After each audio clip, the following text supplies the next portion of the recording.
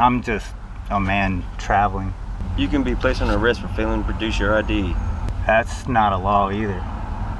It is. No, that's not a law. But I'll give you my ID just so I ain't trying to be threatened with arrest when I've committed no crime. I've done nothing wrong. All this wasted time and money over a seatbelt. I haven't committed any crimes. You do understand that driving is a commercial term, right? Today's video features a self-proclaimed sovereign citizen who insists that law enforcement no longer follows the Constitution. He speaks as if he's an expert on the law, but his behavior quickly shows otherwise. What follows is a reality check from a calm and professional state trooper, and it's surprisingly satisfying to watch.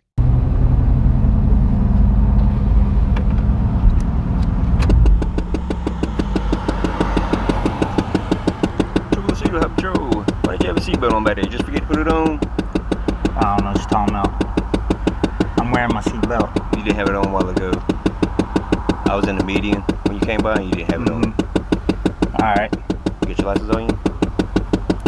I mean, I do, but I'm not technically driving, you know? I'm traveling.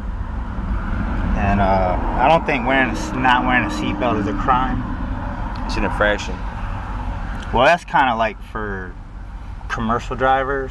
No, you know? It's not. You have to wear your seatbelt. I'm just a man traveling. Okay. Don't go nowhere. All right. Be right back.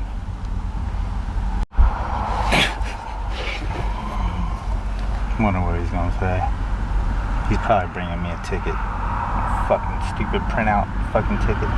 Oh yeah. Because he knows my name through the plates. So. Oh, it comes back. I don't know. This is the first time I've ever done this shit. Fucked with him.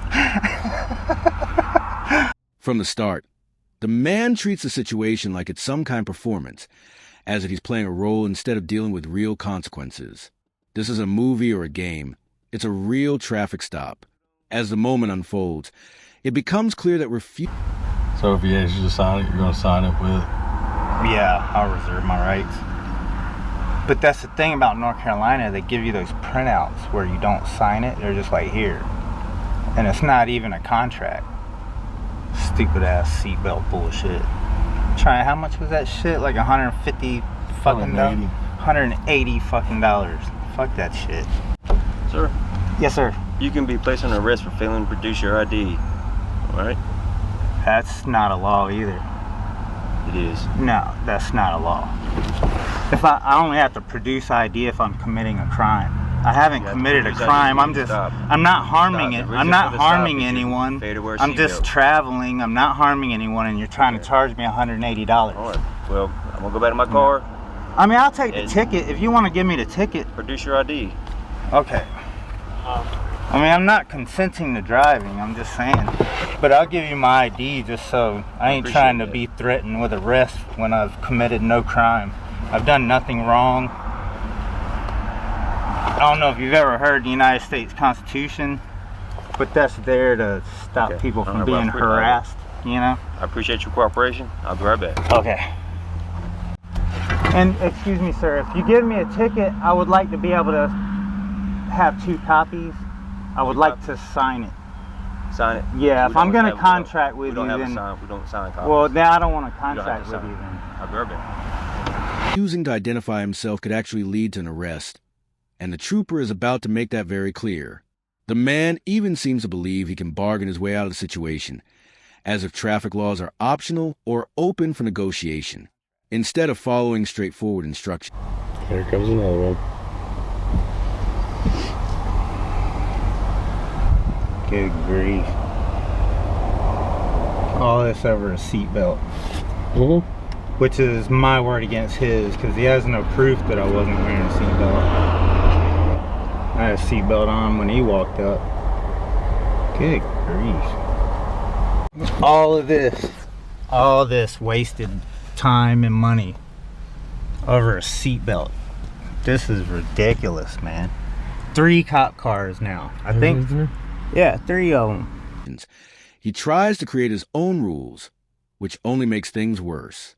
It's no surprise that multiple patrol cars show up. All of this escalates over a minor issue that could have been resolved in seconds. If he had stayed calm and cooperative, the trooper might have handled it quickly and moved on. Over just me, because I'm like, dude, I'm not driving. I mean, who cares about my... Dude, you're gonna charge me because I'm not protecting myself? Please. This is ridiculous. Instead, a simple stop turns into a full scene that could have been easily avoided. What's especially telling is the reaction of his friend, who stands quietly nearby, clearly uncomfortable. You can almost see him questioning how he ended up in this situation, wishing he'd stayed home instead. Mr. Canutt, there's a citation for the seatbelt. There's a court date up there. It's not mandatory. So why can't I sign? Why do you just hand someone a contract that they don't sign? It's not a contract. Yeah, well, yeah, it's a contract. If I take that from you, I'm contracting Sir, with you. You have to take the citation. I would rather not contract with you. You have to take the citation. You know, it would save us a lot of time. What you want to do with it after when you get finished with this stop, it's up to you, but you have to take the citation in your possession. It assures me that you know your court date up here. What's the law that says I have to take that? You have to take the citation. Why do I have to? I haven't committed any crimes. You do understand that driving is a commercial term, right? You know, driving is a commercial term. Sure. You know? If you'll take your citation and your license, you can go on your way. All right. You have a safe day, sir. Oh, hey, what's your badge number? And you sure? $180. $180. What's the court date? Probably fucking 2 months from now. Trooper D. Lucido. At one point, the man even reads the citation aloud. Had he simply acknowledged the seatbelt violation and moved on, none of this would have happened.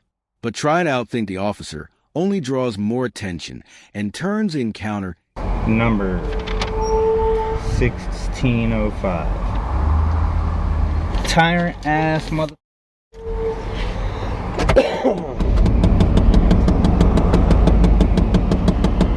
into online content for everyone to see. Despite claiming the officer is acting unfairly, the man behaves as if he's immune to the rules. He speaks like he's above the system, unaware that his actions are only hurting his own case. I